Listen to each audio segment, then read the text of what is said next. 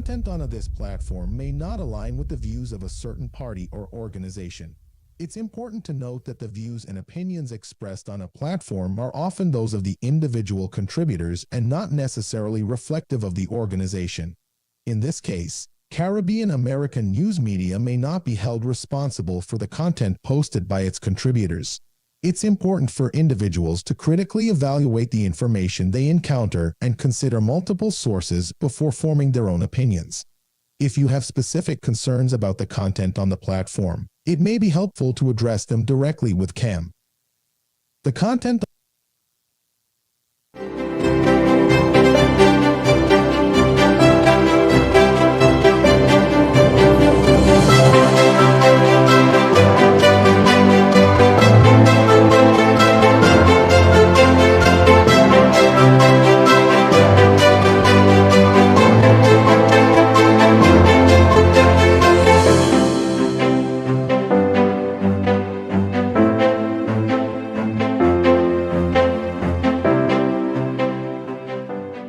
Welcome to Caribbean American News Media State of the Nation with Garfield Oliver. The news you report. Let's get to work.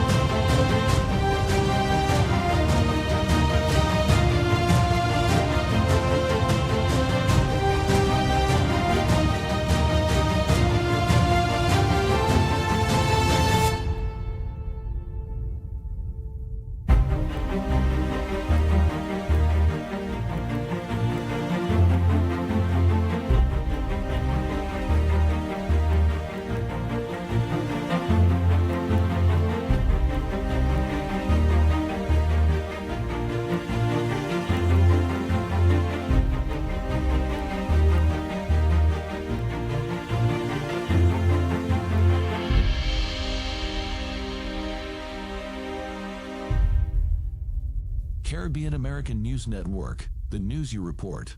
Let's get to work with the one and only Garfield Oliver, the most loved on Facebook. Tag a friend, tag a hack, share the page.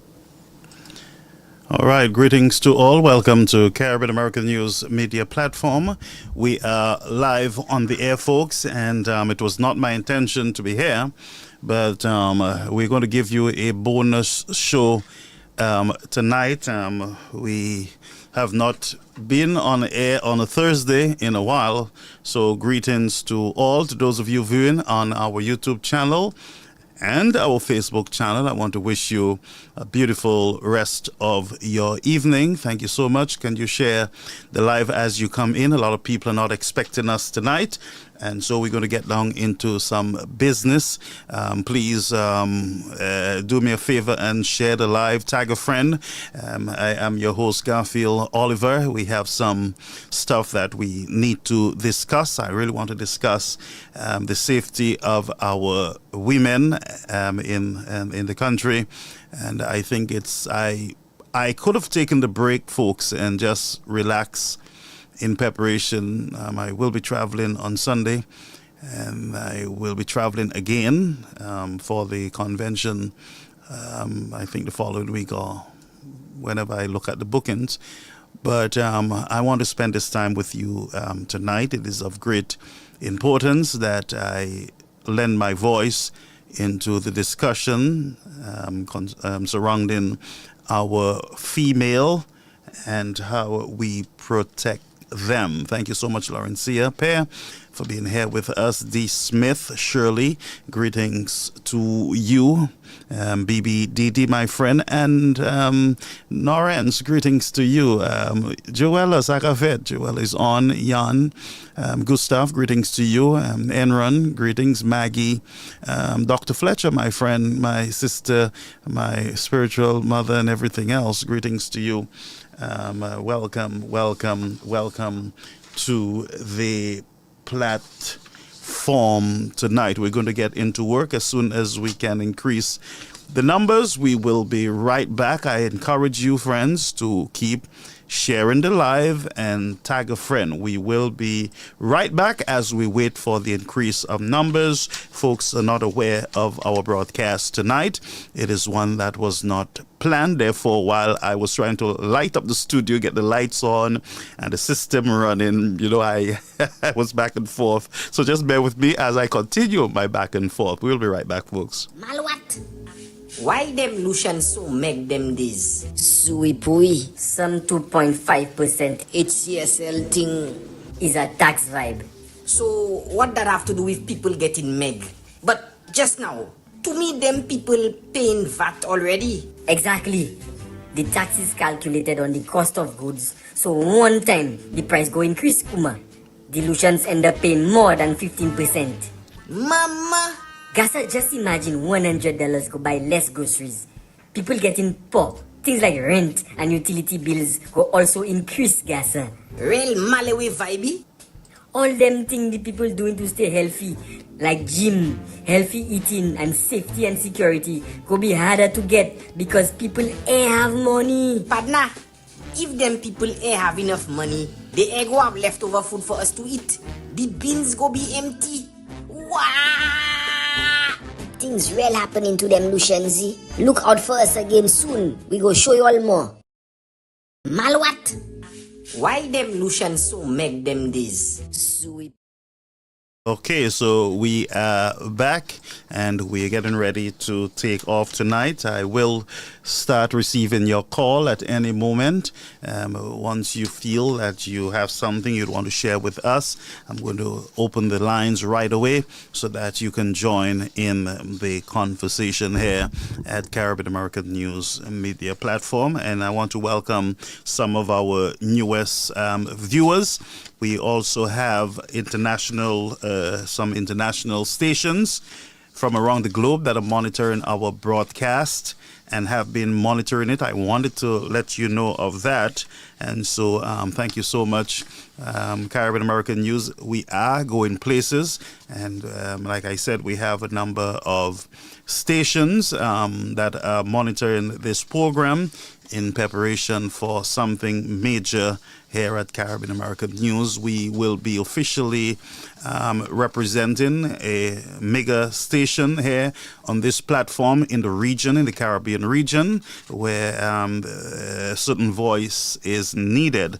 And so you would have seen a shift in tone on this broadcast. And so we are just making preparation for this big takeover of Caribbean American News platform. But thank you so much, folks, for being here with us. I know that you're excited.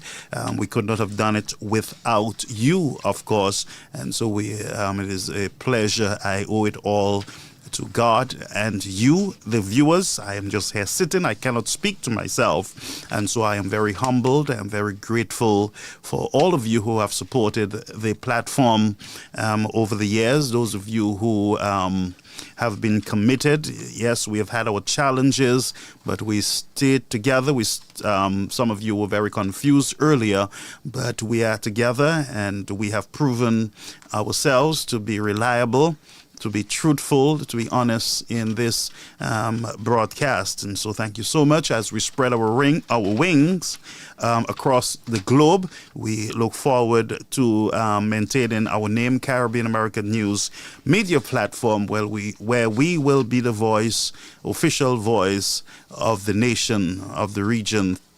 Very shortly, it will take some planning, some new equipment, managers, and all the other things that comes with this great responsibility. And we will keep our focus on St. Lucia, keep our focus on the mission so far that we have set out to accomplish, and we will accomplish what we have set out to accomplish, and that is to remove a government from the backs of the people of the country. And thank you so much for that support. And I believe we can start our program right now. So let's get into it. Folks, you would have been privy to the shooting death of a young lady there in the country. She left 3 young kids, her family, her mother, and a nation is in mourning. It might not feel that way based on the leadership of the country. It might not feel that way because you're not hearing the activists, the voices of those who should be standing in defense of women. And I mentioned the name Catherine Seeley. We have not really seen an official statement from that agency that is financed by non-governmental organizations, and I believe international agency. We are monitoring it. We're looking into how it's being financed, and also taxpayers' contribution to that organization.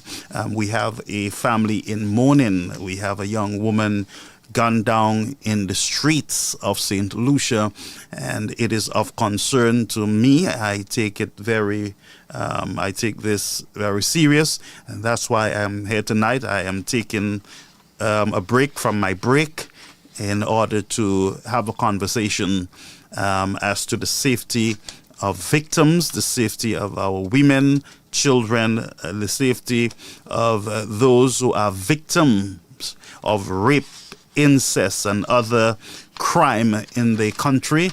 We got to lift our voice and speak up, not only when it affects our families, and our associates, but when it affects any other individual in the nation.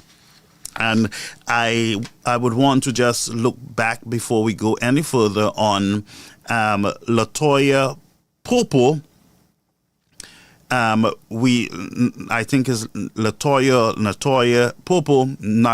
Popo, who came under heavy fire because of, as a woman speaking up, as a young person speaking up in the country, taking a side, using her constitutional rights that was given to her through blood and sweat, and for her to be treated like an animal, like a pig in the country, it says a lot as to where we are, and people celebrated that. Agencies, government agencies celebrated.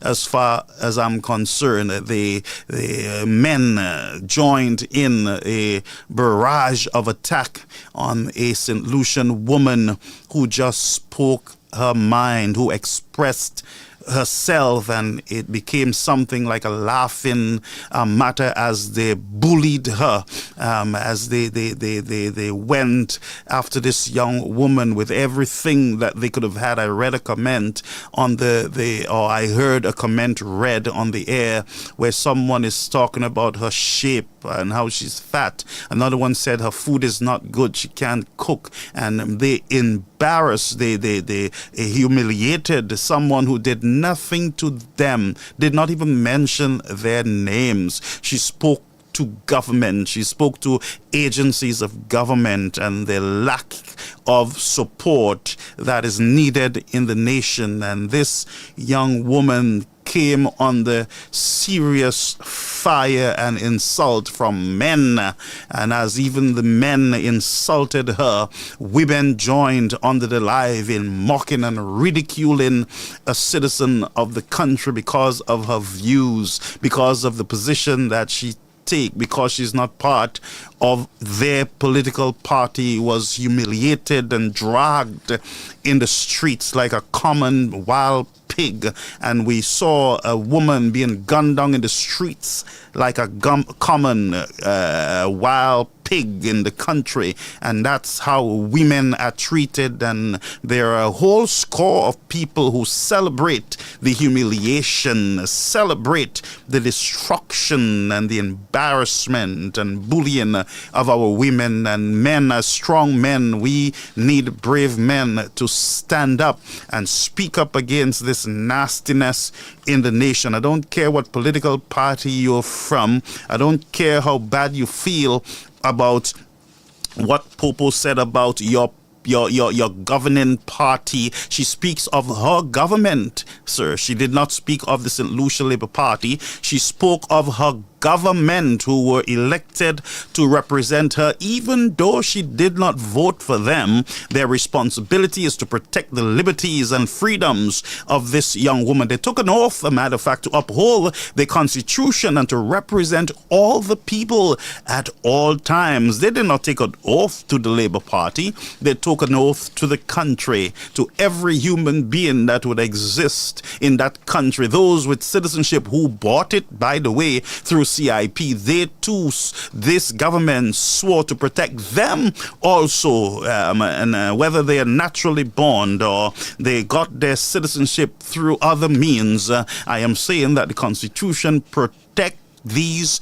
citizens from their government taking advantage of them. And so I stand with Natoya Popo. I also stand with the family of the young lady who was gunned down in our streets, and she is not the only one that have been gunned down in our streets. We have a nurse who was coming from work and was gunned down also. We have many other women around the length and breadth of St. Lucia that were gunned down, and not only gunned down, they were raped, they were brutally killed, friends, and we as a nation enjoy, and just not enjoy, but we speak about it just for a short moment, and then we forget, we move on, and we encourage these politicians to continue their nasty rant against the citizens of the country.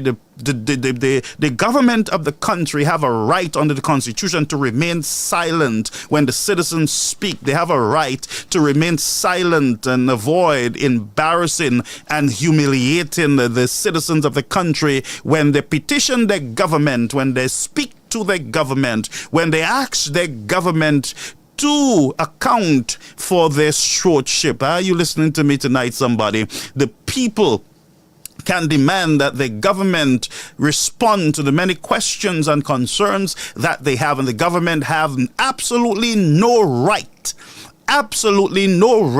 to send any bully to attack any citizen in the country, whether they love the citizen or not. They have a right to remain silent. When I say silent, a right not to embarrass and to expose personal documents and pictures of citizens of the country that do business with the government. This government must account for the nastiness. They must account for people's personal and private documents being posted on social media and on national television and radio. The people have a right to ask their government to account for their stewardship, their nastiness that they have done throughout the years. Citizens see their documents and conversations posted all over Facebook by government ministers, and the people must rise up. The people must speak up. The people must exercise their democratic right in petitioning their government and holding their government accountable for their actions or inaction. Tonight, I am upset because we have a nation in crisis. We have a nation in peril. We have freedoms that people hold dear at stake, while politicians just believe that it is a joke, it's a game, that it's all about them. I am saying that the people will call their politicians, their government, to account now, not tomorrow, not yesterday, not next year. They will account to the people now. They must reckon with the citizens of the country because their sons and their daughters are being killed in the streets, and the government continue as business as usual. Their citizens are being deported from the United States, both as criminals and non-criminals, back into the country, and the government drags their feet in putting task force together. And I'm saying to you, friends, that it's a nation in crisis. It is a nation in crisis. And that is my rant tonight. I am upset and disturbed, and I'm going to call out men tonight. I'm going to call out some of the men by name. I'm going to call them out for their nastiness. I'm going to call them out for destroying our women. I'm going to call them out tonight for not standing up for our women. I'm going to call them out for lip service. I'm going to call them up for raping our women. I'm going to call them out tonight for sexually abusing our children. I'm going to call them out tonight for their nastiness in the country. I tonight will call them out one by one. They must account at some point in their life. I don't care if it's 40 years or 20 years or 30 years. A rape is a rape, and a rape leaves a victim behind. And I'm telling you, friends, there are a whole lot of sufferers in our country, and there is no protection for these women from these perverts who walk our streets and are waiting in the bush to take our young women and to violate them. I am saying to you tonight, I am angry because our women are not safe. Our children are not safe in the nation. And that is my rant tonight, folks. And I make no apologies to anyone for being upset. And tonight, I declare, as the owner, as the producer of this platform, I stand with our women. I support our women. I support them. I stand with them strongly. And I need to hear the voice of our men tonight, so I'm going to open the line. And I want those decent men in our society to call this number. Stand with me as we stand with women around the country, victims from the length and breadth of St. Lucia. Somebody must account for the nastiness against our women. I don't care if they're your enemy. There is no way that you should insult or humiliate a woman. There's no way that you should beat up on the weaker vessel. You are to protect at all costs the weaker vessel. And you become weak yourself as men. Walk around acting like little schoolgirls, cursing off people's mother and insulting, dragging people's mother in the mire, in the mess, in the dust of your mind. Because if you truly had a brain that is functioning, You would have drawn a line when it comes to our mothers. You would leave mothers out of your conversations. And I am ashamed that Mr. Frederick had a guy sitting next to him who should be a decent man to say to him, no, sir, leave the mothers out. But stood there, and silent is consent. It's a shame. It's a shame who we have representing us. It's a shame that as a people we have sown what we reap. It's a shame that innocent people who did not sow anything at all are reaping together with the nation nastiness. I'm angry tonight, friends, and I make no apologies to anyone for dragging our women in the dirt, dragging them. It's a bunch of weak men in our society. I want to go back to an article from the Star. That is the Star. That's a St. Lucian newspaper. And this was a copy from November 14th, 2015, of course, 2015. And here's what it says. The story here is outcries and outrage were rampant last week, including a story in last week's Star on the increase in reported incident of rape. Now, this is 2015. In 2015, the Star reported on an increase of rape in the country. You know what an increase of rape means? That we have a whole lot of victims today, rape victims today in our country.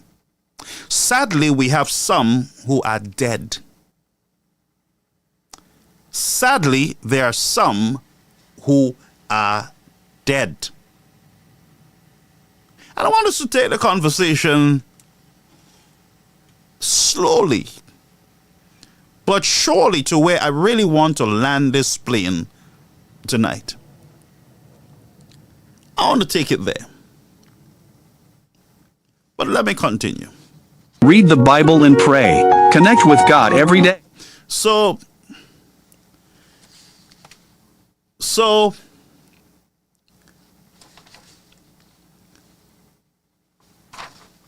just bear with me, folks. So the Star reported in 2025, November, I believe what I said, 15, or yes, the 14th of November. Rampant rape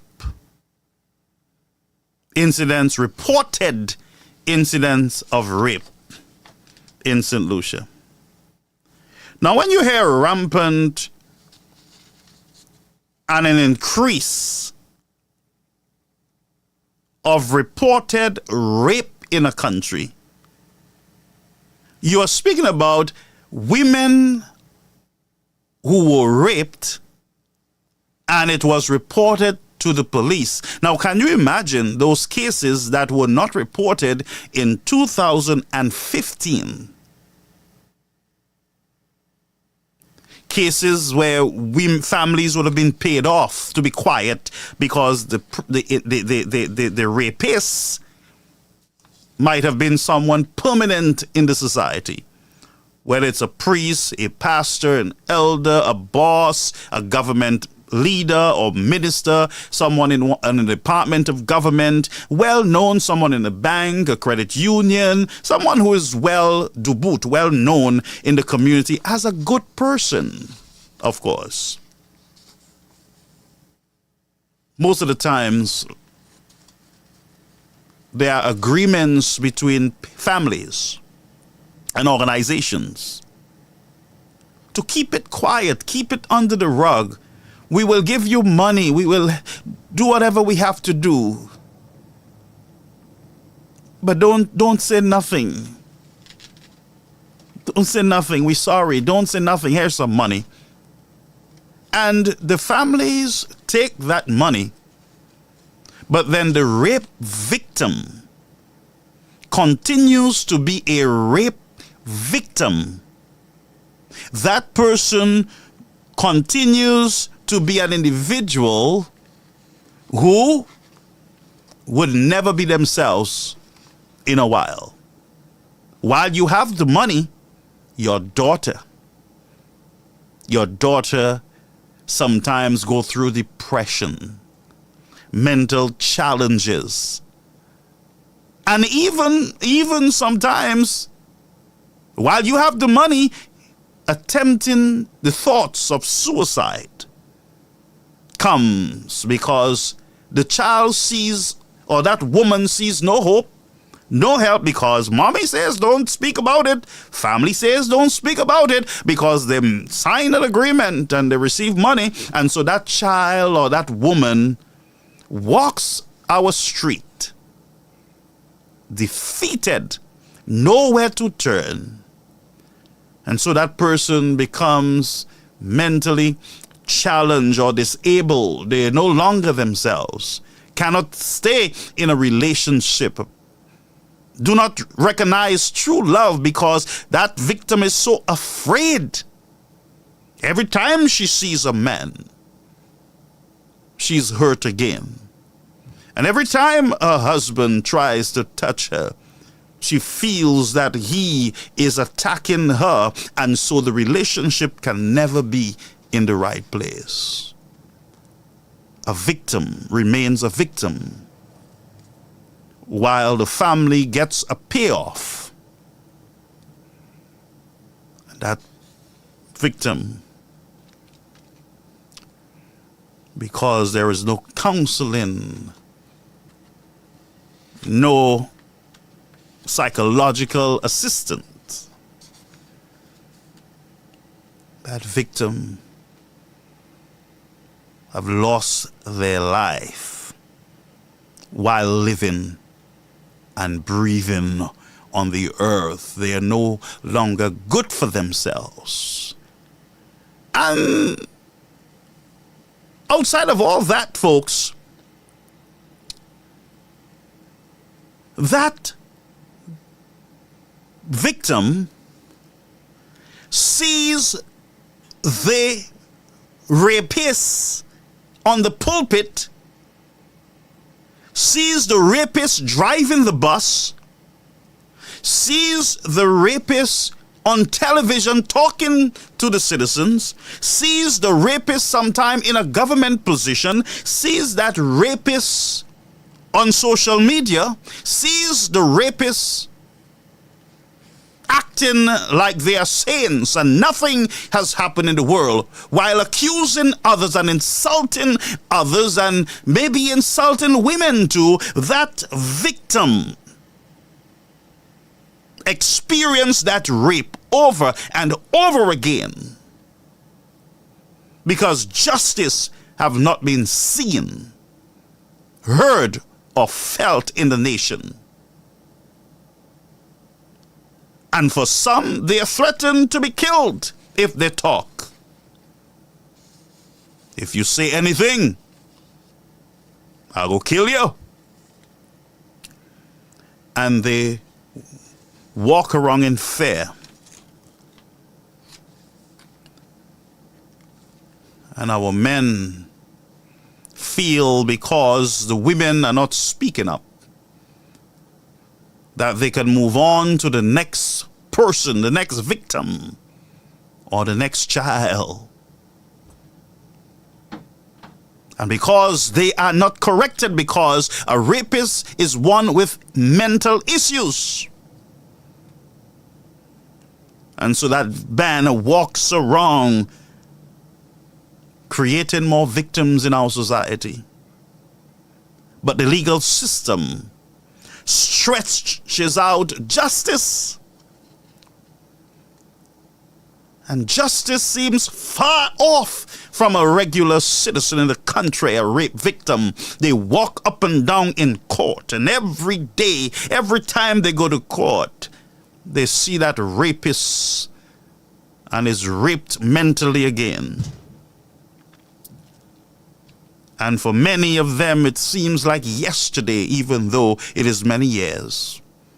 And the court system drag these victims day after day, year after year, through frustration.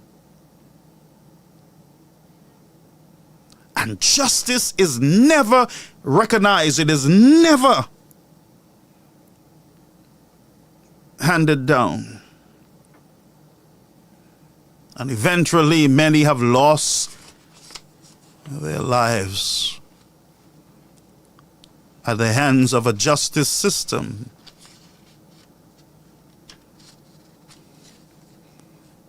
and a governing system. And where there are lack of policies to protect our women and our children, the blood of many St. Lucians lay rest on sometimes entire cabinet of ministers. And that's why I warn politicians, be careful why you get into politics, because the blight of a nation can rest on your shoulder, and the blood can cry out for expression from the ground against you. And heaven is never pleased with injustice and rape and unrighteousness. And the wrath of a loving God is poured out without mixture on those perpetrators. And that woman can only experience justice when the revenger, God who sees all things, stands out and say, enough is enough. Vengeance is mine. I will repay. No rapist will just move along because the child grew up, or the woman dies, or she passed, or she just forget about it. She's grown and living her life. No rapist will be left unpunished by a loving God. Justice will always prevail on behalf of the victims. Some of you are under my voice, and you are victims. You were molested. You were raped. And you have not received any justice because your family didn't believe you, mommy didn't believe you, daddy didn't believe you, because it was the pastor, the elder, the deacon, the priest, the bishop. Nobody believes you. But you were brutally raped. And some of you have children as a result of the rape. The scars will ever be with you. And that fool will be in your face in the society, because justice is far off. And so, it says to date we have been more than 40, we have had more than 40 reported cases of rape in St. Lucia for the year. This is in 2015, the Star newspaper.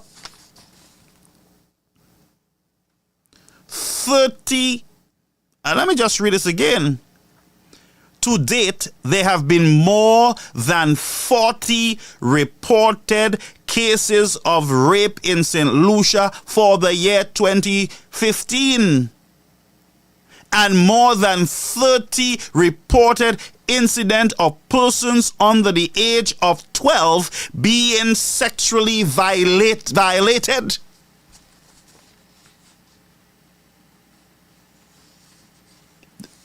This is what we should be discussing.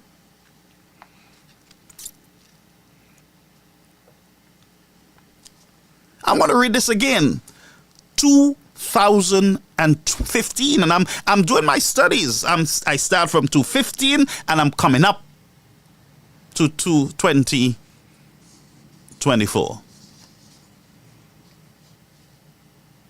So more than 40 cases, 40 victims. More than 40 women. Which means that there are more than 40 rapists in the nation. And the question is, how many of them saw the hands of justice? Yeah?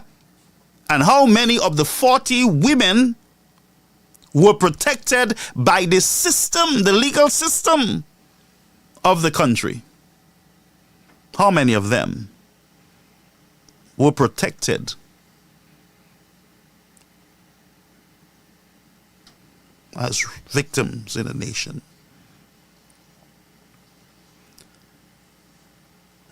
And an incident reported of 12 of them.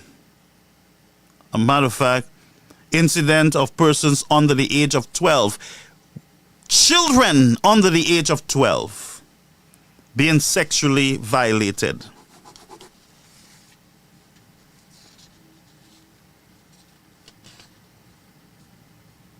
And this has nothing to do with the unreported cases, folks. This have absolutely nothing to do with unreported cases in the country. Nothing at all.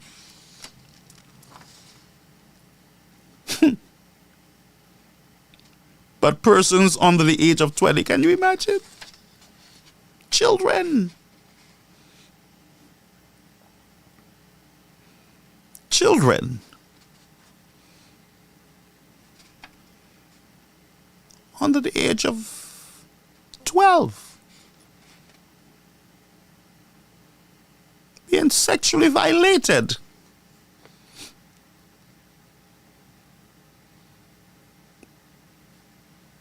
In the country.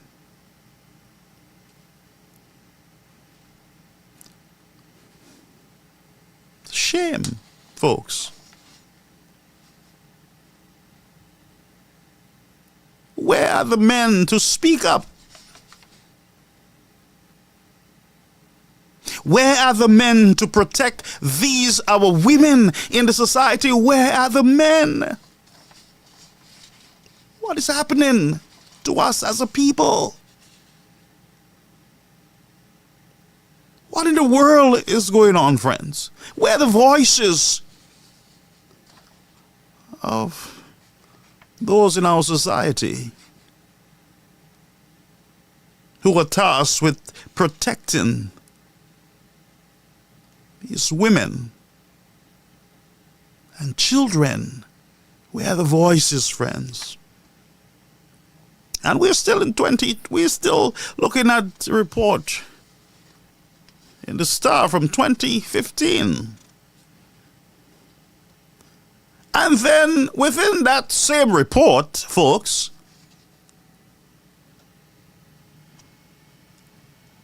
I came across something that blew my mind. And the report continues. This week, another horror story of rape. A 97-year-old woman of Monrepo was allegedly raped in her own home. And I skipped the other part.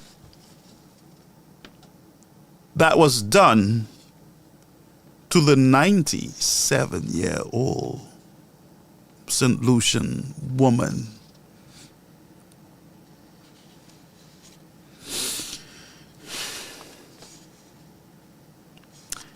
But the report continues. This story again shocked and outraged in the community, with callers to various talk shows demanding stiffer penalties. At that time, it says Senator Mary Isaac has gone so far as asking for life sentence to be applied to persons found guilty of rape. Mary Isaac was a senator then.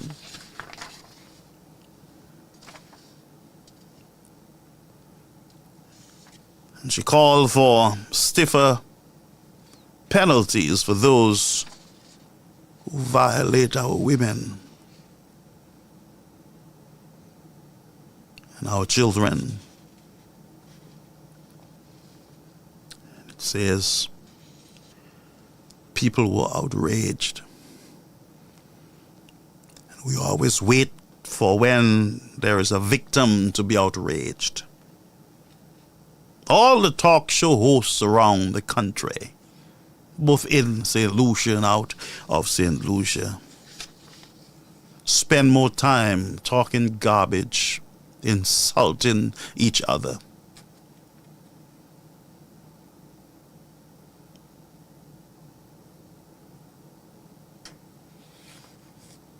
And insulting people sometimes that we do not even know personally. But we insult them for others. And we spend time talking about ourselves as men. But there's scarcely any program we wait for when there is International Women's Day.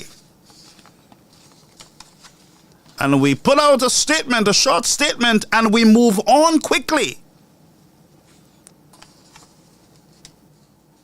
It would be nice for us to hear more of our men championing the cause of women. But like I said today, we marry them, abuse them, divorce them, marry again, abuse, divorce, marry again, divorce, insult, and as men, that makes us mature. And we excite ourselves over the memories of what we did to schoolgirls in uniforms. We excite ourselves by sharing the story, what we did behind the car, what we did behind the stone, what we did on the bus. It becomes fun that we have violated our women in the society. And so the story says, and I continue, I quote from the Star, according to the Prime Minister, he has recommended to Acting Commissioner Errol Alexander that a special unit be established within the Royal St. Lucia Police Force to investigate rape cases and to also build a database that stores DNA evidence to determine whether some of these cases are being committed by repeated offender. 2015, the Star newspaper. So here's my question now. Is there a database with DNA in St. Lucia of rapists?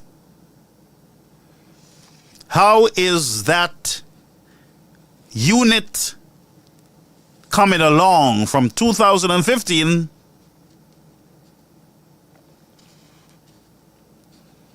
in the Royal St. Lucia Police Force? Is it functioning? And I'm going to make a call tomorrow to find out what is going on with that unit. Is everything okay over there? Do we have DNA of all the rapists that we have in custody and out of custody? Those that were reported. And is there a system in place where there are reported rape and individuals have been arrested? Do we mandatory, or do we take those DNA and store them? Do we register these individuals as rapists and pedophiles in our country, barring them from serving in any government position or any position of consequence? Do we have a system in place where they'll be barred from even preaching in the pulpit or even teaching in Sabbath school or Sunday school? Do we have a system in place to stop rapists,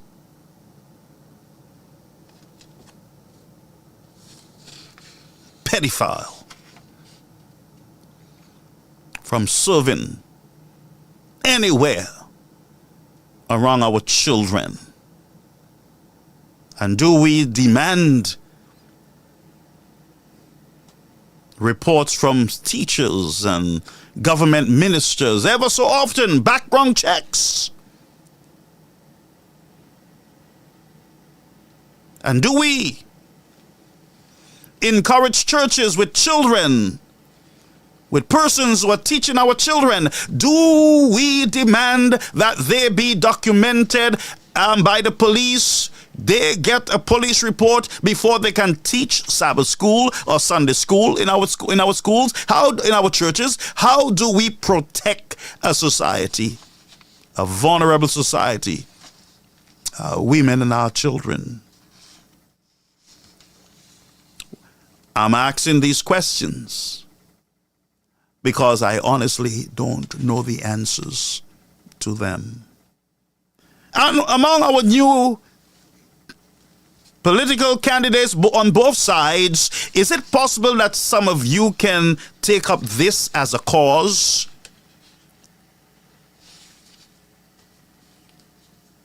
Especially the men.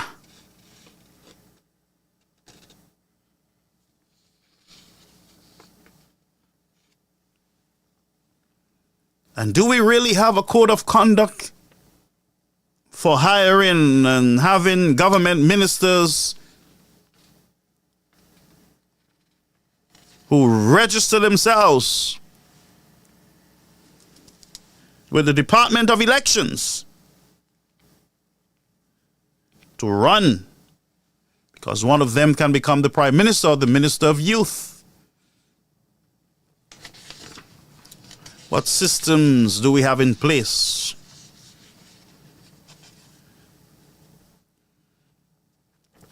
for violators of our women and children?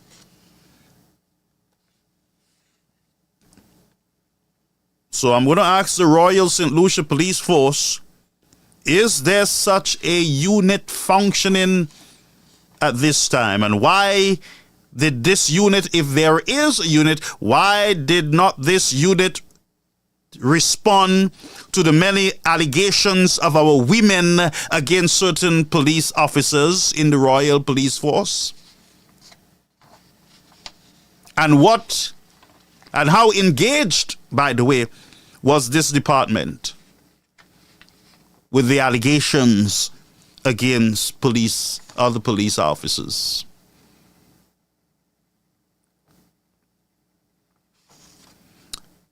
I saw men in position dancing around the issue of reported sexual misconduct, alleged sexual misconduct against officers. And I saw men saying, I don't know, it's just an allegation, I don't have nothing to investigate. Anytime a woman said that she was raped, all the wheels of a system should be rolling or in motion. Because anytime somebody alleged, you would want to investigate quickly because you might be looking at a real victim that can be killed. Huh? So my question stands, is there DNA stored on the rapists in our nation? Is there such? And remember, this is a report from 2015. The Prime Minister expressed hope that the intended reopening of the forensic laboratory under new management would better assist in conducting investigations and testing DNA samples.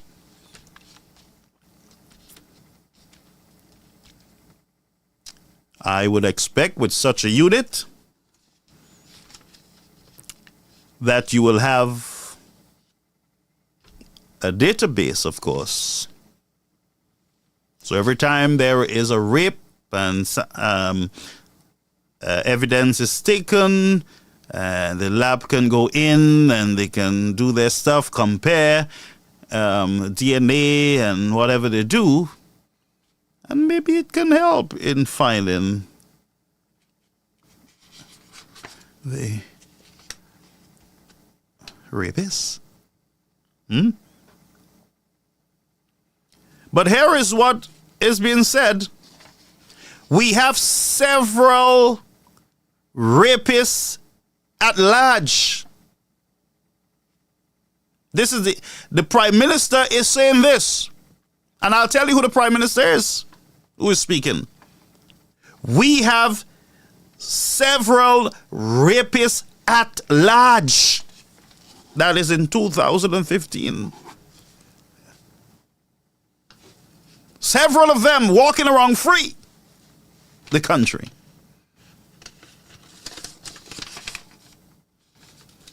But they're walking around. And while they walk around, there are more victims of rape. And the numbers keep increasing and increasing and increasing and increasing because we have several rapists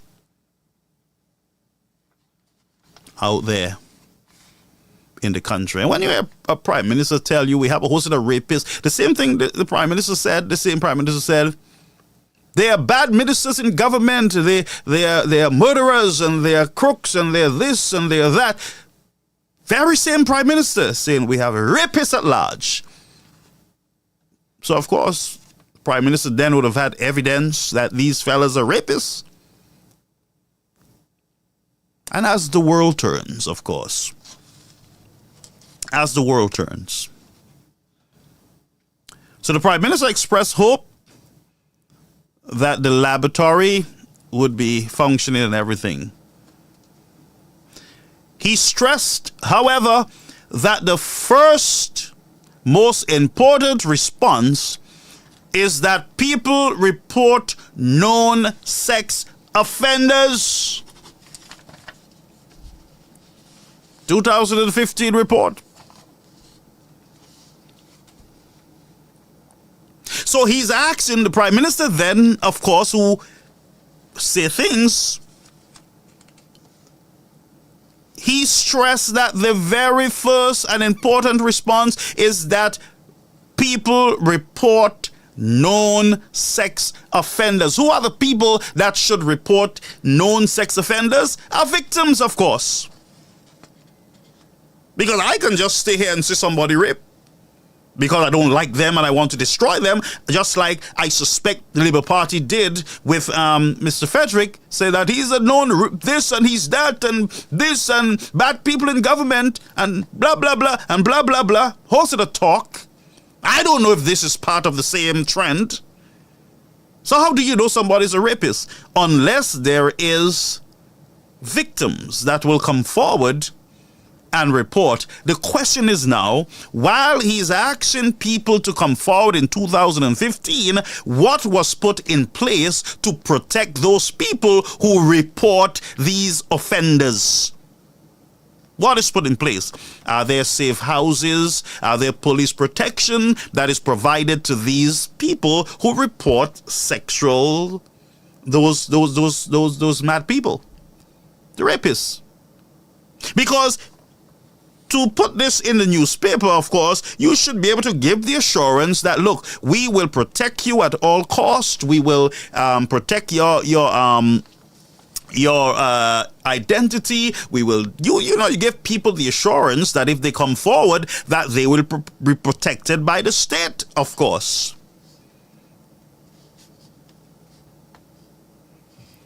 But how? But how comforting are the Prime Minister's words? Knowing full well that the country's laws do not include having a sex offenders registry.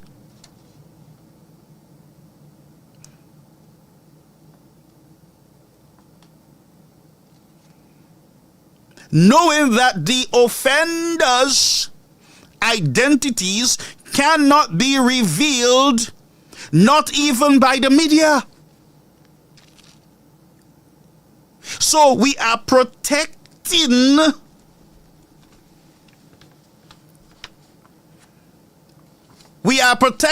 that's in 2015, and before that, we are protecting we're protecting the victims too, but it seems like we're protecting the identity of those who have committed the atrocity against our women and children.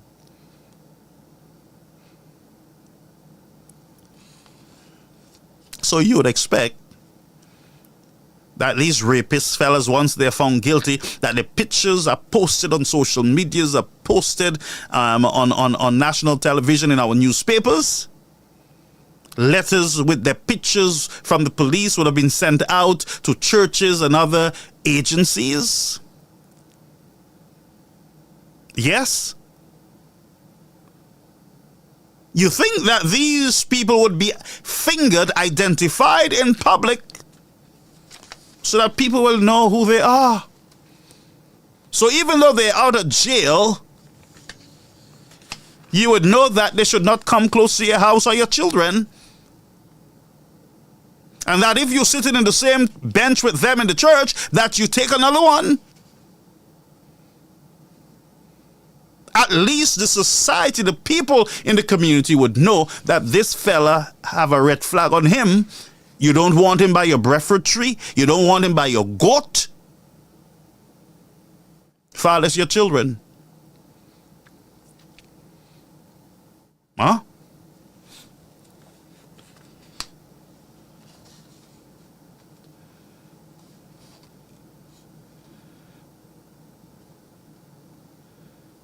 So while these and many other questions remain unanswered, in light of the recent increase in reported rape and other sexual offenses, the Royal St. Lucia Police Force, through its Vulnerable Persons Team and Criminal Investigations Department, this week announced that it has implemented a new strategy.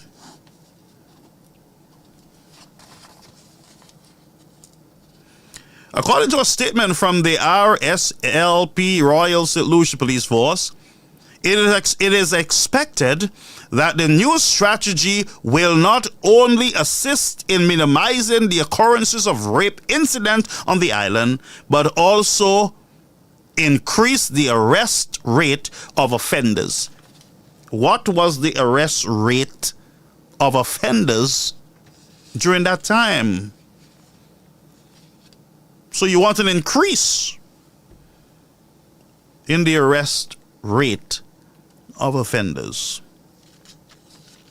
Now, I'm just saying all this to say, folks, that by 2015, all these things should have already been in place.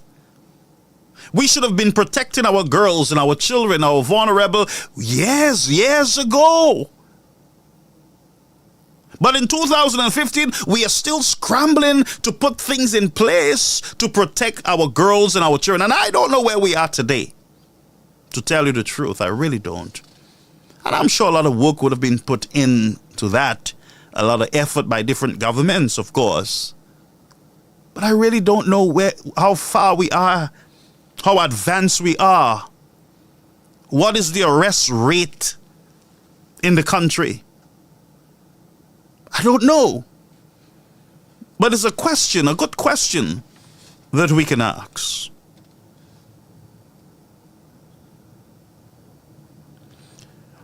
So the acting deputy commissioner of police, Sovereign Mosheri, has stated, no stone will be left unturned as the RSLPF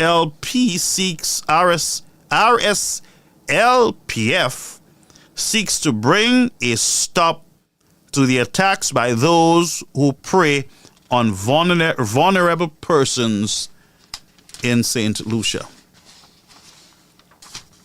And I am reading from a report in the Star, November 14th, 2015.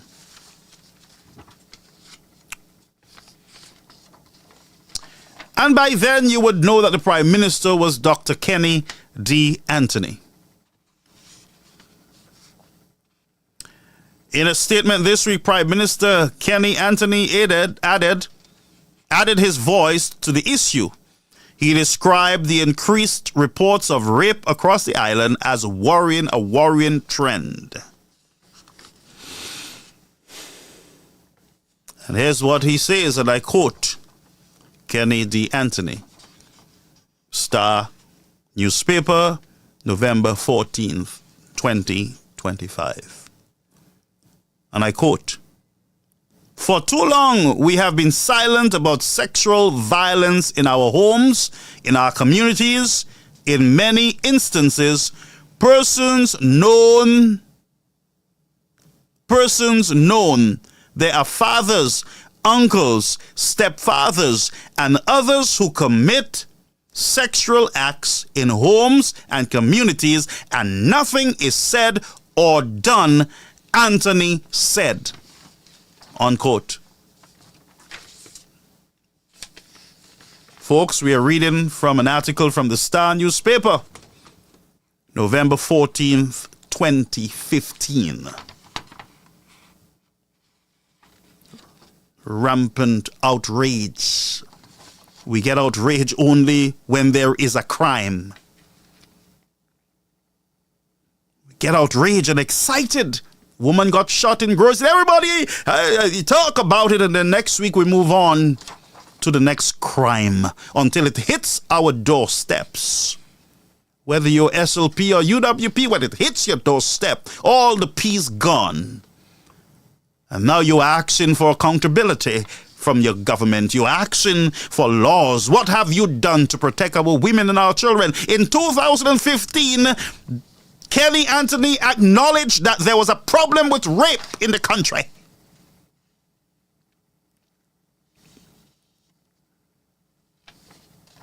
So I don't know where we are today. I heard nothing from our government about an increase or decrease. There's nothing. All we hear is the regular mapy and nastiness in the country that has nothing to do with the lives of the people, but they all have a lot to do with politicians, one against each other. Men protecting themselves and bigging up themselves. But nobody looks out for the vulnerable. Nobody shout for the vulnerable. Matter of fact, the vulnerable are being embarrassed by government ministers. The vulnerable is being embarrassed and exposed. And look at Miss Popo, just to stray a bit. The woman said her pictures are not on the site of one of the units of government, the arms of government. But all of a sudden, there's a picture out there floating around the place. It didn't drop out of the sky. But what are you going to do about it? You did nothing in 2015 when a 97-year-old was raped. All you do is, oh Lord, look at what happened. Oh God, St. Lucia, we need God, we need God. And up to today, you still don't have God? Our women are being killed in the streets and raped. And instead of acting, you're praying while you should be praying and acting. Asking God to do what he have already told you to do, protect the vulnerable. That's what he says to do. And I can tell you that there are a whole lot of vulnerables in our churches that need to be protected also. A whole set of vulnerables sitting in our churches, rape victims, damaged while we are praying over their heads, and they're suffering in silence. And a whole set of drunkards all over the roads, all of our society, drunkards who were victims themselves, had nowhere to turn but to rum. And that's why you give them rum and chicken, because you have allowed them to become victims of a brutal society, men who have become beast animals, just jump on our women without consent. And these days, not even goats can jump on goats, or cows on cows these days. They got to ask first. But why am I upset? Of course, I'm upset because nothing is going to be done. And it's going to be as the world turns, nothing new under the sun. Outrage today, outrage tomorrow. And by Monday, we are talking about carnival and jazz, or the latest gossip about Chasney's color. And he wasn't born, his father wasn't born. I heard Anson saying that his father wasn't born in St. Lucia, and his mother wasn't born, and he wasn't born. Shut your mouth with the born and the born. We have women who are raped in the country, who are born in the country and raped. They cannot walk in their own country because they are afraid to die. To hell with Chasney's color, and whether he was born in St. Lucia or not.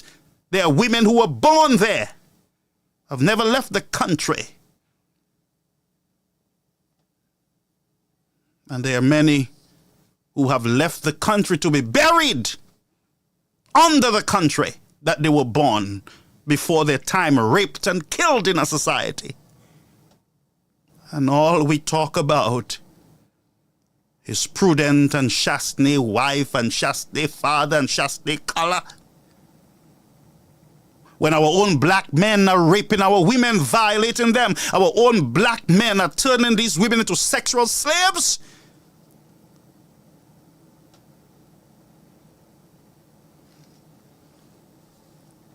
And I got to control myself because I am upset. As a man of God, I have every right to be upset because the Bible says to me that I got to occupy until he comes, and until he comes, I'll be down here catching my tail with bad policies. And the possibility that my daughter, my sister, or my friend can be raped in a country and killed. And then you say to me, well, you're supposed to be a Christian, of course. And you're not supposed to talk like that. You just got to pray. You just got to pray. One time a woman was being abused in St. Lucia by her husband. And the church said to her, well, Jesus says you should not leave your husband. Go back home, the church is praying for you. And before you know it, the woman got chopped up in her house. And you know what happened? The church continued to pray. She had the scars. Because the church said, go back. Jesus don't want that. Go back to your husband. If you separate from him, you sinned and you fall short of the glory and you go to hell. So go back and get chopped up and abused.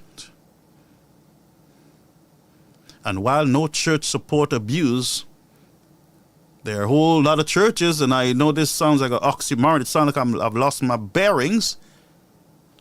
There are a whole set of victims in our churches today. Whole set of victims, children, boys and men and women who are touched inappropriately, who are raped on the compounds of churches. And it never shows up in the court because it's a permanent person in our society. And we got to protect the image of the church at all costs. I say to you, if I hear of rape, I am protecting no building, no institution. I'll expose it as I can expose it. I'll shout it from the mountaintop. Rape! I'll call your name. I will protect that victim over the church. That's why we have a whole lot of victims out there. A whole lot of victims out there because we are protecting the image. We are turning our backs on the victims. We are paying off the victims hush money.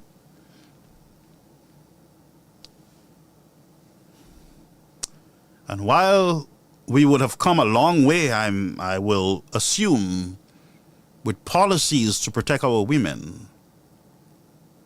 But I'll tell you in St. Lucia, I do not know of an active agency to protect any woman. Because the same leaders who are getting the monies from non-for-profit organizations and external and outside governments, they are joining in the mapui and the nastiness online, casting remarks for other people. So when that person you're casting remarks for, and that person that is not an SLP becomes a victim, how are you going to serve that person? How are you going to take care of that person? There are certain things when you're responsible for certain ministries and organizations, sometimes you have to stay far away from the nastiness of politics in order to serve the people. And I'll tell you, victims of sexual molestation and crimes and gender violence, those agencies need to stand clear, and you need to choke yourself on what you want to say. You need to choke yourself on what you want to say, because your job is to protect all, to stand for all, to petition on all. Some of you, I'm telling you, if Madiva Ward was a victim in St. Lucia, here no activists coming for her to help her. I can tell you that. And that's what I'm saying. You got to draw a line. While you still have your constitutional rights, you got to look at the bigger picture, of course. Your calling, what you have chosen to do. And until you cannot stay in the center and shut your mouth, then you got to leave the playing field. You got to leave the playing field. So we truly need an independent agency in the country, and I am going to ask for one. I'm going to push for one. We need an independent movement in the country that will stand against gender violence. A real agency. Real agencies that will stand and speak for all women and would not be acting uncouth. But Kenny said, and I'm going to quote again, for those of you just joining us, the Star newspaper, November 14th, 2015. For too long, and I quote Kenny D. Anthony, he was the prime minister at the time, for too long we have been silent about sexual violence, I quote, in our homes, in our communities. In many instances, persons known that they are fathers, uncles, stepfathers, and others who commit sexual acts in homes, communities, nothing is said or done. Kenny D. Anthony. And he's calling, and he said it's a worrying trend. It's a worrying trend. And he said here, well, the police said, the police department said that the intention is to increase the arrest rate of offenders. Increase the arrest rate of offenders.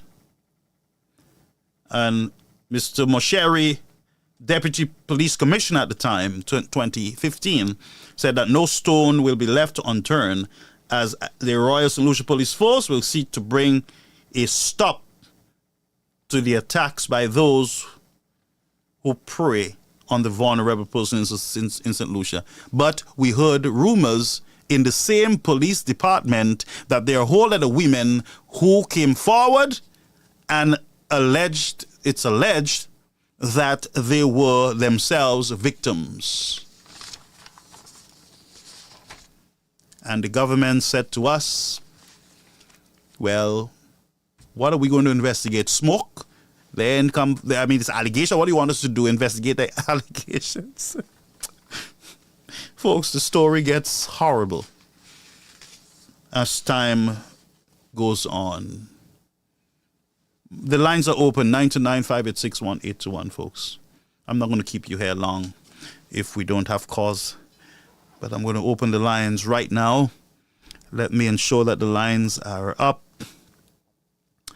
and they are running. The number 929-586-1821. Let me just get this thing up, folks. Just bear with me.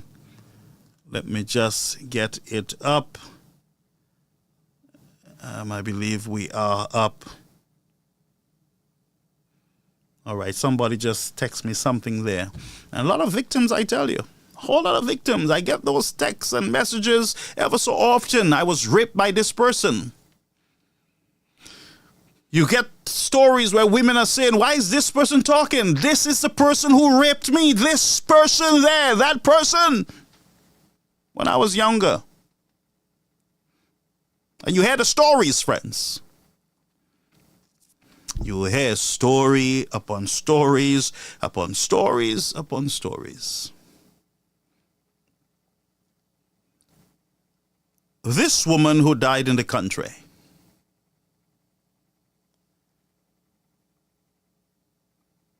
there are a lot of questions that I have in my head, and I don't know. There are questions that I have in my head. Now, you guys have a way of attacking people when they have questions in their heads, and they bring it through their mouth. You have a way of insulting them. So I challenge you to insult me. I challenge you to do it, right? So here's the question for your insults. Because when you ask a question, you should get answers. But in St. Lucia, when you ask questions, you get mepui, you get embarrassed and insult. You don't get answers. It's St. Lucia, it's a very strange country.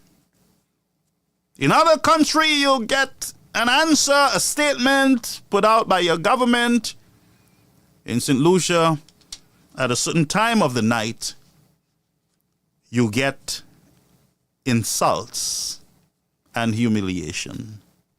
Like Miss Popo, who made some statements concerning what she felt, and she got Roro and exposure. So I know what to expect from St. Lucia. Barbados, different, but St. Lucia, I know what to expect. Mapui. So here, and if you're going to give me the mapui, I think you should give it to me good, all right? So here we go. For this woman who lost her life, was she ever involved in any legal matters in the country? These are the questions.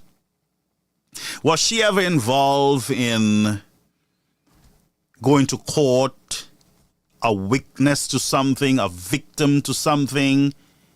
And my other question is, was this woman protected if she was a witness to a crime or a victim of a crime? What was the protection? By the way, let me ask another question while I'm here. These are questions, huh? Was this woman due in court anytime soon, sooner, or later? There's questions I need to ask before I jump to conclusions. Was this woman in any legal fight, battle? And I await the answer as I look at the news and read articles. I know the answers will come. And my condolences to the family. My condolences mean nothing to you because you've lost your loved one brutally in the streets of a country. Just like other families who have lost their loved ones brutally in the country. My condolences is just to say that I am showing compassion, but it means nothing to you. It can't bring back your loved one. So all I can do is to just pray for your comfort. I know you have many questions, just like me. Why? Who? For what? Hoochie.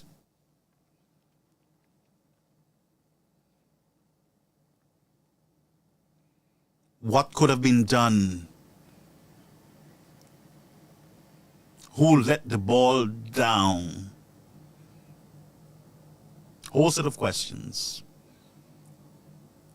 And one of my questions also is, how can we protect in the future if this woman was part of any case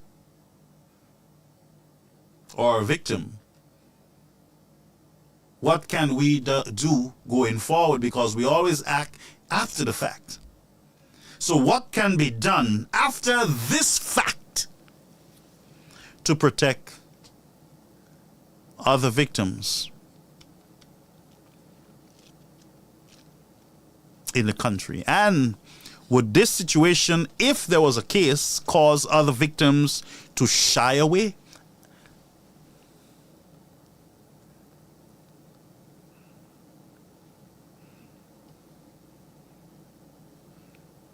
And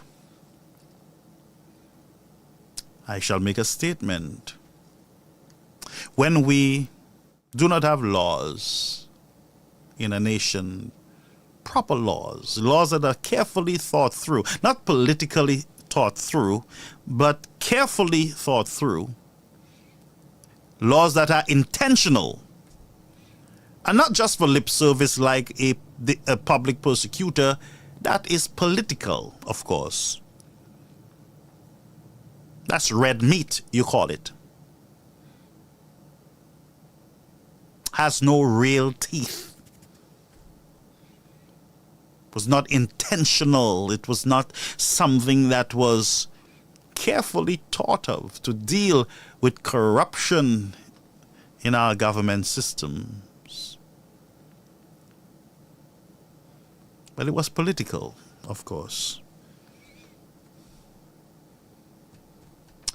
I'm talking about real laws and policies that will deal with the root of the many issues in our society. So that in 2015, Kenny Anthony identified a whole lot of problems. You voted him out. My question is, did you look back? Huh? Did you look back? Did you look back as a government or as a party to see how your new policies are doing, whether they need to? You have your majority. Was a good time to deal with the gender violence and the rapists and the everything else. This is a good time as a party for you to look back in 2015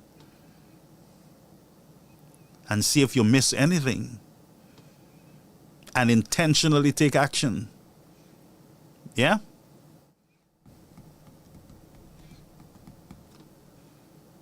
And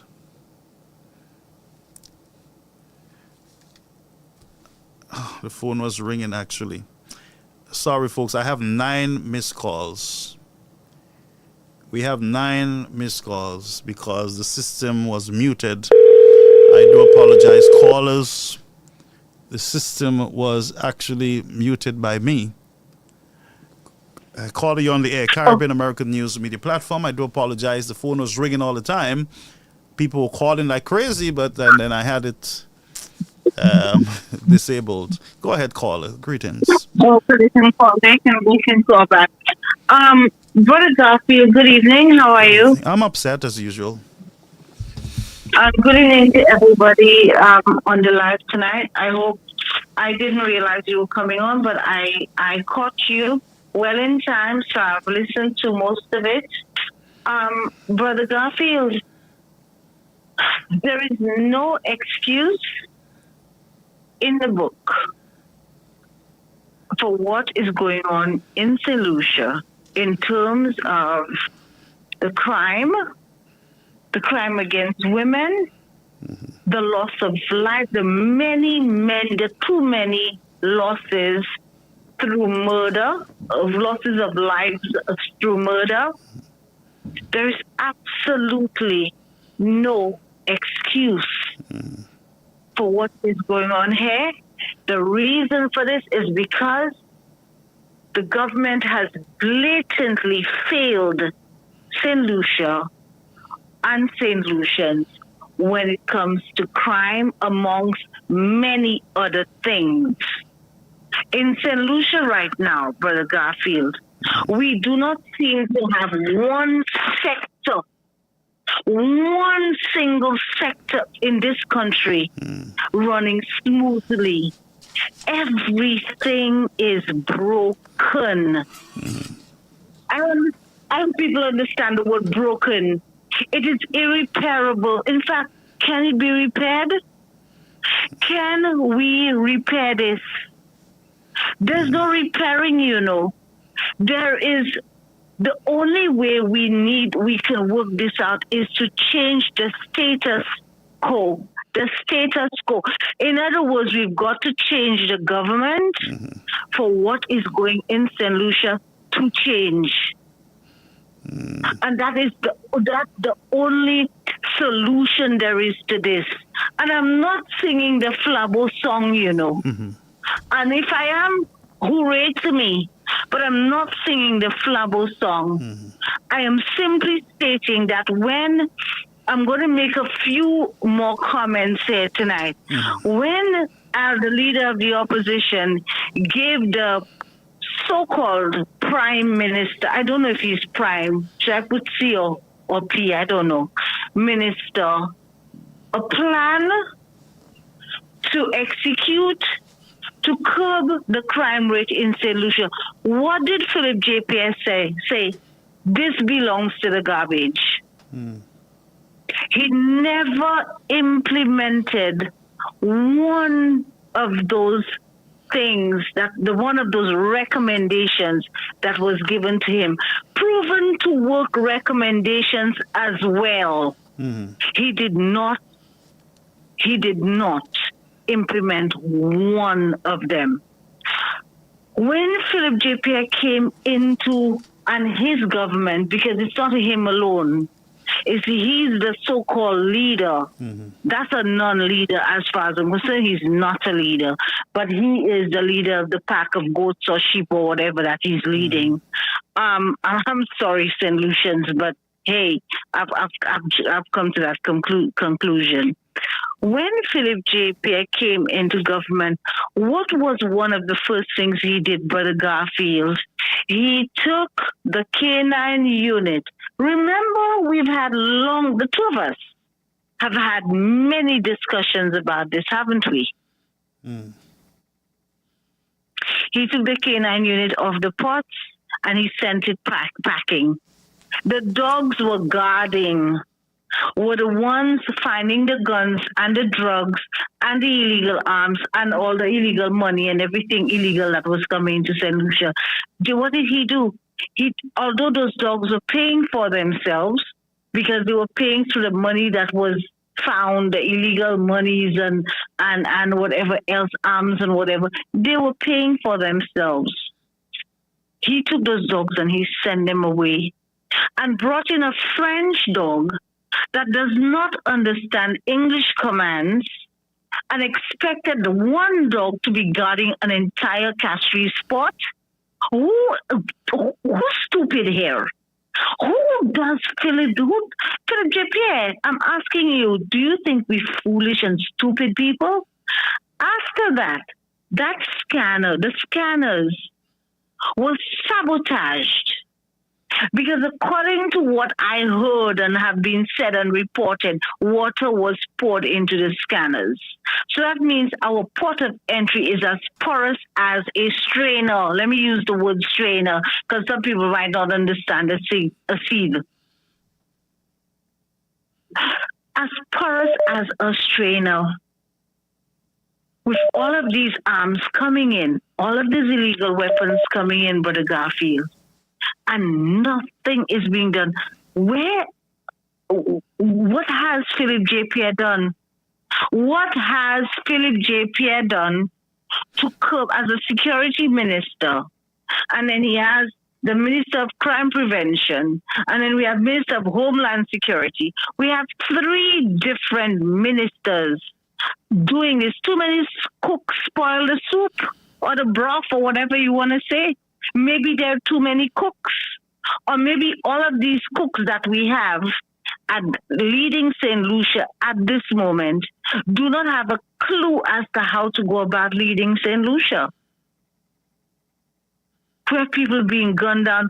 Brother Garfield, while this girl was being gunned down, there were 3 cops in the junction next to Computer World. That is where the Corinth Road meets the one of the roads that meets the Grocery High Road, the back roads. Okay, there were 3 cops there stopping traffic because I was stuck in traffic that I could not even pick up my child from school because I was so late that another parent had to pick up that child for me. Traffic was backed up all the way to Cape State. 3 cops stopping traffic to do what? To check for driver's license or whatever. And I understand you have to do that, but you're doing that in the heart of the time when people have to pick up their children, and then 3 of you there doing garbage, and I say garbage, whilst a woman is being gunned down just up the street. Do you understand what I'm saying? And you'll have 3 bikes that you're sitting on looking good. So there was no others patrolling the streets? Where are the CCTV cameras? Why aren't they active? Why don't we have a plan to curb crime? What is wrong with the forensic lab? Why has the forensic lab been closed? Oh, it's closed? I'm going to ask some questions tonight. Is it open, Brother Garfield? I'm not sure. Can one person call tonight and say that the forensic lab is open? We have an incoming call, though. And if it is, they need to tell me when it was open. Yeah. We have an incoming call. So, Why is it closed? Sorry? Yeah. We have an incoming call, so go ahead. No, I will let you take the incoming call. All right. And this person who's calling better make sense and better have some responses for me tonight because I'm waiting. I'm waiting for Philip J. Pierre to answer the questions I just asked or one of his cronies. It's about time. But it is time for these people to go. We have to get rid of the SLP as our administrators in St. Lucia. We need to put other people who know how to do this job. And Alan Chasney and the UWP have proven themselves that they can do this job, even through the worst of the COVID times.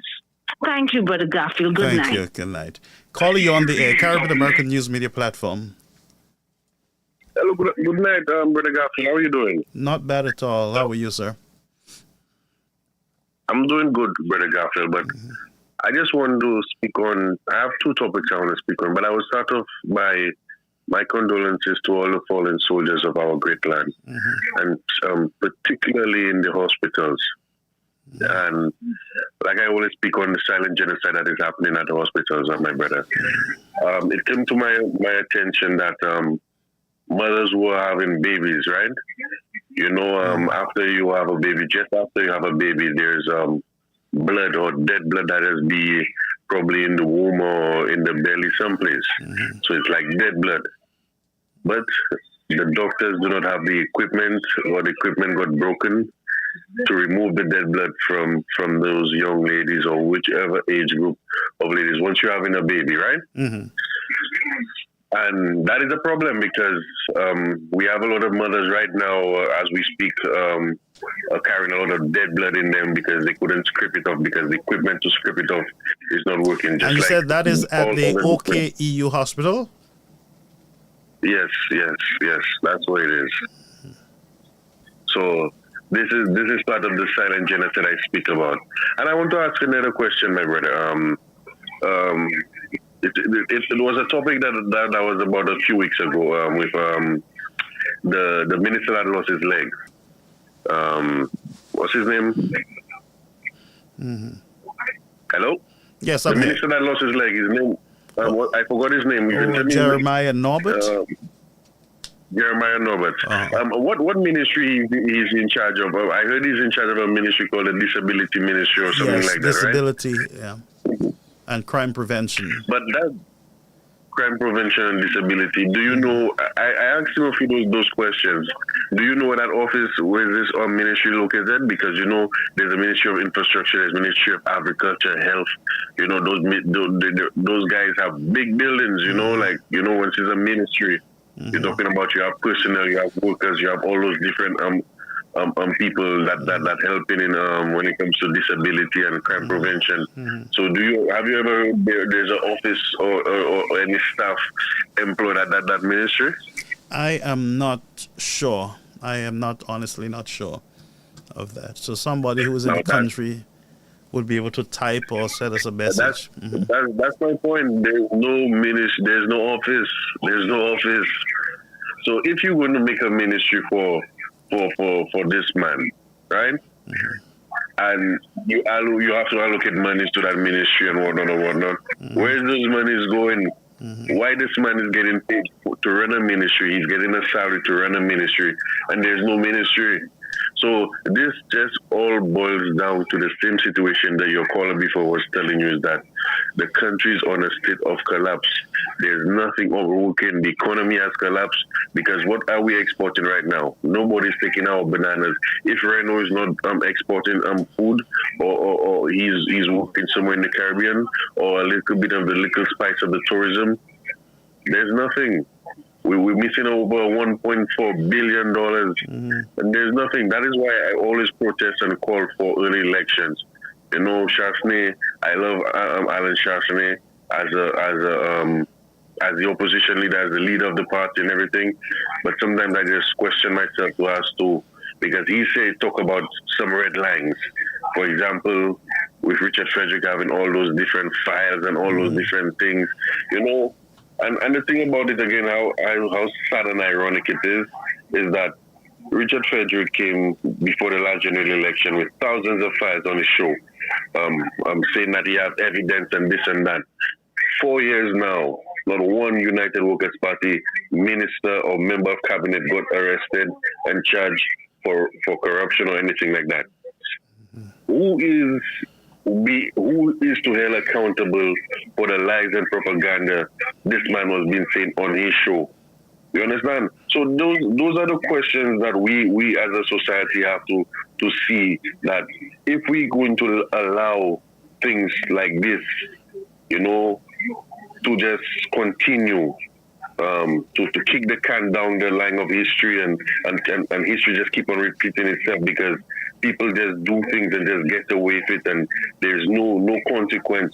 It starts from the top. So if the top, there's no consequences for the top, so much less the bottom, then they'll have no consequence for the bottom because there is no law and order.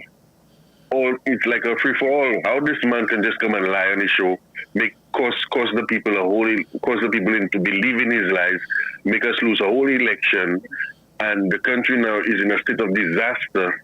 It is a total mess, and nobody can stand up to Philip J. Pierre or any of the cabinet ministers because they all lied. Who went into the church with to go and look for people to fight and all those different things. Well, caller, based on what Mr. Richard Frederick is saying to us, is that the Labour Party is a bunch of liars. The Labour Party is not to be trusted because he's saying that he was vindicated, he got his visa back, and the Labour Party lied on him. They cooked up lies on him. So we better believe what he's saying. I believe what he's saying, that the Labour Party a bunch of liars and should not be listened to. But that's what I'm telling you. Yep. I believe what he's saying. But at the same time, what he did to us as the United Workers' Party is propel the same lies and propaganda with thousands of files on his shows. Where are those files today? Who is in court today? Those group of guys from the Stevenson King, what he did when he was in cabinet, taking all information from cabinet, bringing it to the SLP and forming the Blue Party or the Blue Independence, and just on the eve of election, coming out from the election, to Richard Frederick coming out with all those documents and lies and all about the mall, the Dia Mall. The mall right there on Bois de Wash. Yeah. All the kind of files he bought on that mall. Who is in court today? So my thing is, in America or any, and people like to say in civilized world, but just in Barbados, you will come and lie on national television, lie to our entire nation. There is laws for that. There's laws. Those things lead to high treason. Those things, you like to betray an entire nation because you call entire nation to fall on its knees. Now the nation is on its knees. The nation is crying. The blood is running. No work is running. There's no roads. There's no hospitals. There's no food. Everything is lacking. At the same time, my brother, we're not exporting nothing. The only thing that is exporting is hatred, and what we importing is greed and envy and jealousy, because those group of guys lied on a total election. Lied. Somebody's supposed to be held. My thing is, brother, to be honest with you, somebody must be held accountable for the lives we have lost at Owen King Hospital, the lives we have lost on the roads, the lives we have lost through violence, the lives we have lost just through starvation, the lives we have lost through the hate, the anger, and everything that is on Philip J. Pierre and his cabinet. Because let me tell you something, brother. There is an international world there. We're not isolated. There is the ICC, which is the International Criminal Court of Justice, for the injustice that is happening at those hospitals. You know, for basic equipment for people to just remove the dead blood in their body after they make a child, after a woman make a child. So the woman now have to be walking with dead blood in her body that can cause a blood clot, that can cause poisoning, that can cause all forms of disease, and the baby now have to drink the breast milk. It is a catastrophe, my brother, to farmers not having the oil, just the oil to fertilize the bananas so that the bananas wouldn't rot in on them. Well, the oil is stuck at the Panama Canal, so... Brother, I don't want to stay too long in the show, but what I'm going to call for is, I'll always call for it, a total shutdown of the country. We must shut down the country. If we have to stay on the streets for 2 weeks and organize for people to get tents, food, medicine, and everything. But I rather sacrifice 2 weeks than sacrifice 10 generations to get us back to a normal state of living. Because, you know, before I leave, brother, we have damaged our psychological aura around our country so bad that the country now is full of so much hate and division. It will take probably about 2 decades, which is over 20 or 40 or 3 decades to just get our thinking right again, how to love a neighbor again, how to share again, how to show love again, how to have conflict resolution again. We have those guys have destroyed the entire nation within 5 years. Those guys have totally destroyed the fabric that used to hold our society together. That's why we formed 2 Nobel laureates. That's why we are the fastest women in the world, because we are great people ruled by foolish men that are liars, men that are afraid because of the egos and the emotion and the way they brought up and all the different things. I don't know, the psychological problems that they have. They think they could just come and pass it on the nation, but we need a new independence, brother. Yeah. Have a blessed one. We need a new independence. Thank you so much. Because this is not working out anymore. We have to shut it down. We have to burn it down. When I mean burn it down, not literally burn it down, but psychologically burn it down and start back fresh again. And I hope Alan Shaftney have the belly and have the foresight to get back on our knees, because it's going to take some time. So have a blessed one. Thank you, my brother. Thank you so much. Thank you so much. And I do apologize for those who were trying to call and the platform was not active. The call device was not up and running. We do apologize. But the question is, what can we do? We have a lot of people waiting on politicians for them to do something. And you hear a lot of people who are affected in the country. We're waiting on Alan Shasta. We're waiting on the UWP. No, Martin Luther didn't wait on anybody. Rosa Parks, they didn't wait on anybody. They stood up. They saw a cause, and they stood up for what was right. They stood up for freedom. I mean, Rosa Parks she sat for freedom. She wanted the freedom to sit where she wanted the bus. Martin wanted the freedom for both black and white kids to go to the same schools, and just for human beings to be seen as human beings, whether they're black, white, or pink. And there was a cause, and he stood for that cause and lost his life. But everybody in the country waits for politicians to do things for them, and some of these politicians normally put you they put you through hell. So I'm saying, is if the people rise up, if the people stand up and speak up in protest, if the people demand, and that's why you need to petition your government. Many of you are afraid of your government. You're afraid of being insulted. You're afraid of being victimized. You're afraid you want to protect your children who might need a scholarship from the government. And so you are so into yourself, and so you protect at any cost while you're feeling the pain. No way, 3 years later, should you be paid what you were paying for gas and said nothing? No way. Should you be comfortable with a 2.5% levy? No way should you have sat by and allowed GPH deal to have gone through. No way should you guys, some of the things that you folks encourage in your country, what you sow is what you reap. Because you are not speaking up enough with one voice, the government take you for pappy show. And they laugh at you all the time. I see them. The UWP plan a protest or a march, and the government laugh. Prime Minister, I'm not worried about them 2-3 people. We have planned bigger rallies than them. And they mock you, they laugh at you. They spit in your eyes. That's what they do. Because they know nothing is just political. It's just a political UWP party just keeping noise. That's how they see it. But if the people would start a grassroots movement, and the farmers and the fishermen and the policemen and the teachers and the taxi drivers, bus drivers, everybody would come together. Our seniors and all who are affected by the health system would come together in one voice and say to the government, enough is enough. Your government will not pappy show you. They are pappy showing you because it is only a political party, the United Workers' Party, that is speaking up. They look at the United Workers' Party as just wanting to get into power. But when you start a grassroots movement outside of the United Workers' Party, it moves mountain. Them fellas will listen.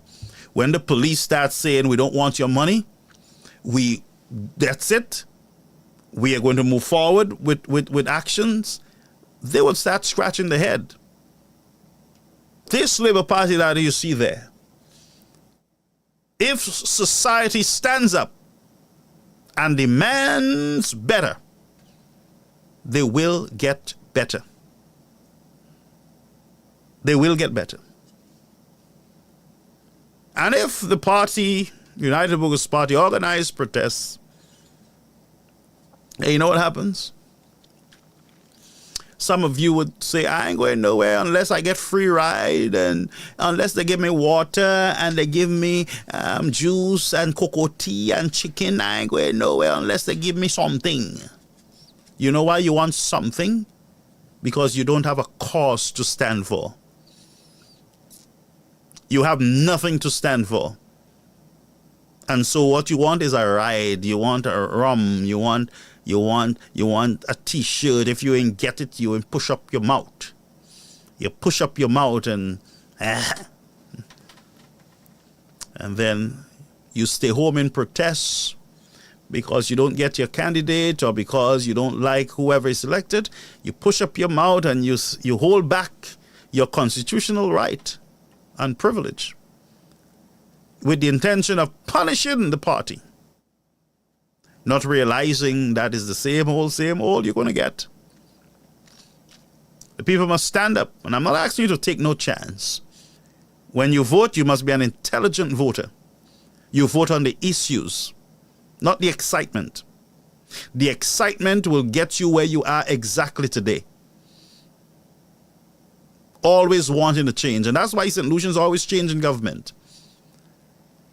4 years, one government. Another 4 years, another government. And nothing is done. All projects hold up. The country goes nowhere. You know why? Because you have a bunch of voters who just vote for excitement. Just vote because they don't like an individual. But when you have a serious cause, and there is a cause, because our people are dying at our hospitals. Our ports have been given away. It is only when you embrace that cause, change will take place in your country. Stop voting for who you like and vote for who has the best policy to move you forward. Because when you win an election, you can get rid of these fellas easy, Yeah, a minister not performing, of course, there are ways and means. You can call the political leader or the prime minister and let him know that I voted for something different, not what we get in here, and put the pressure on him as the leader to fix his minister or get them out. Yeah? But to stay back and say, I don't like him,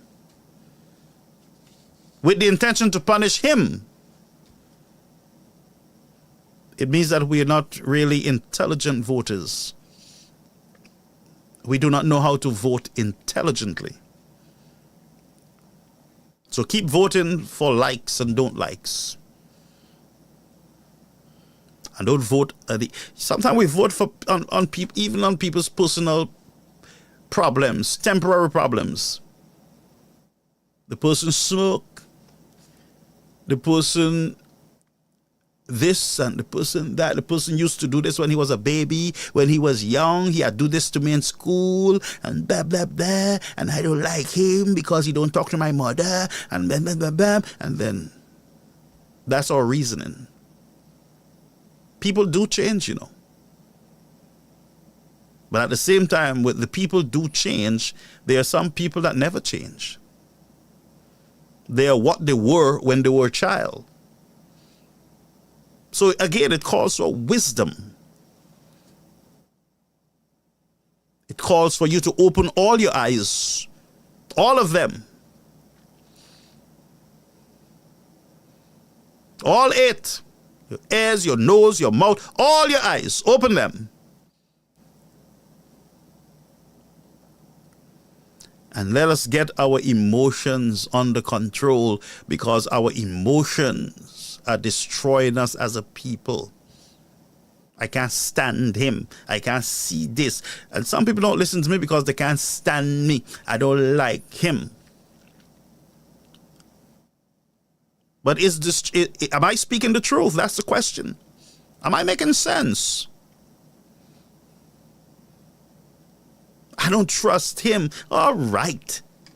This is not a trust game, friends. Yes, you can trust but verify. But am I speaking your language? Am I speaking on the issues that impact you and your society? Maybe our chemistry is not working along, but we can look beyond chemistry and look at policies. And if you ask me who have the best policies to lead the country in this crucial stage, I would admit to you the United Workers' Party. You would ask me, how do you know their policies? Because I know their policies. And I know what we can do as supporters of the party to affect change and policies. I know what we can do. There's a political leader. We can make a call to him. Mr. Leader, I believe we should be looking at this. I believe this is the better option. I believe this policy will make a lot more sense. Let's look at it. Let's weigh two together. You can have conversation instead we shout at each other and we insult each other. When all we have to do is make that one call, and have a conversation. But if you ask me about best policy and attitude, I would say the United Workers' Party. They are more calm. They're progressive in their vision. They think way beyond. They look way beyond them and the now and the 5 years and the 4 years, and they look at the future. They look way at the future, while this government, Labour Party, they just, as in my assessment, it's just to get by to the next election and, let's open half of the hospital, piece of the hospital, we open it, do this. But, intentional projects, things that, you do it intentionally, not accidentally, just because you want to look good. Well, most government want to look good, of course, going into an elections. But are we really looking beyond the now? Are we looking beyond the next election cycle? And by the way, I was listening to a SLP guy. And you know what happened? He slipped up. And he exposed the year of the elections. And I'm not going to tell you. He exposed the year of the elections because I listened deeply. And he tried to correct himself, but he just killed it. So I know the year. And so they look let's just get through this elections and we will be able to relax and breathe and just do our thing. We're not in a hurry because, look, we got through with this election. But you got to vote for the future. You got to vote on major issues that are impacting you. CIP, GPH, and halls of justice, and a whole lot of other stuff. The bullying of government ministers. The insulting of the citizens, the exposing of our personal documents and conversations when we do it with government. I can't do any business with government. I can't. Because the possibility is there that my business can be exposed because of what I do. So I know I should not engage government or any agency of government right now because I'm afraid that, and citizens should not think like me, be afraid, feel like me, be afraid to do business with government. Nobody should be afraid. People should trust that the government would protect their business. You understand? People should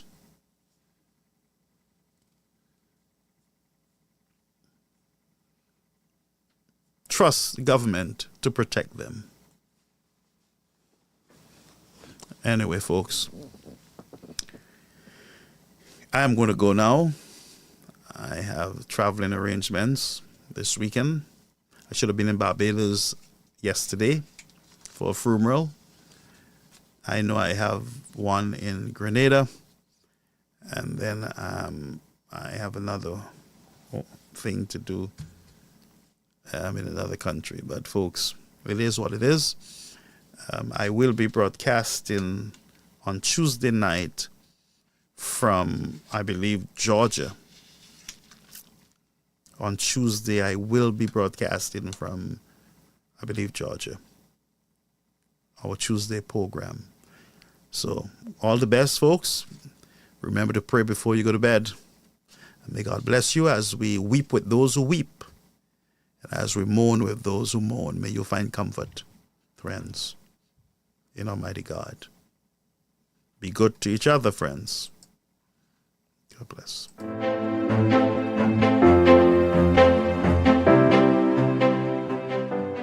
Welcome to Caribbean American News Media State of the Nation with Garfield Oliver. The news you report. Let's get to work.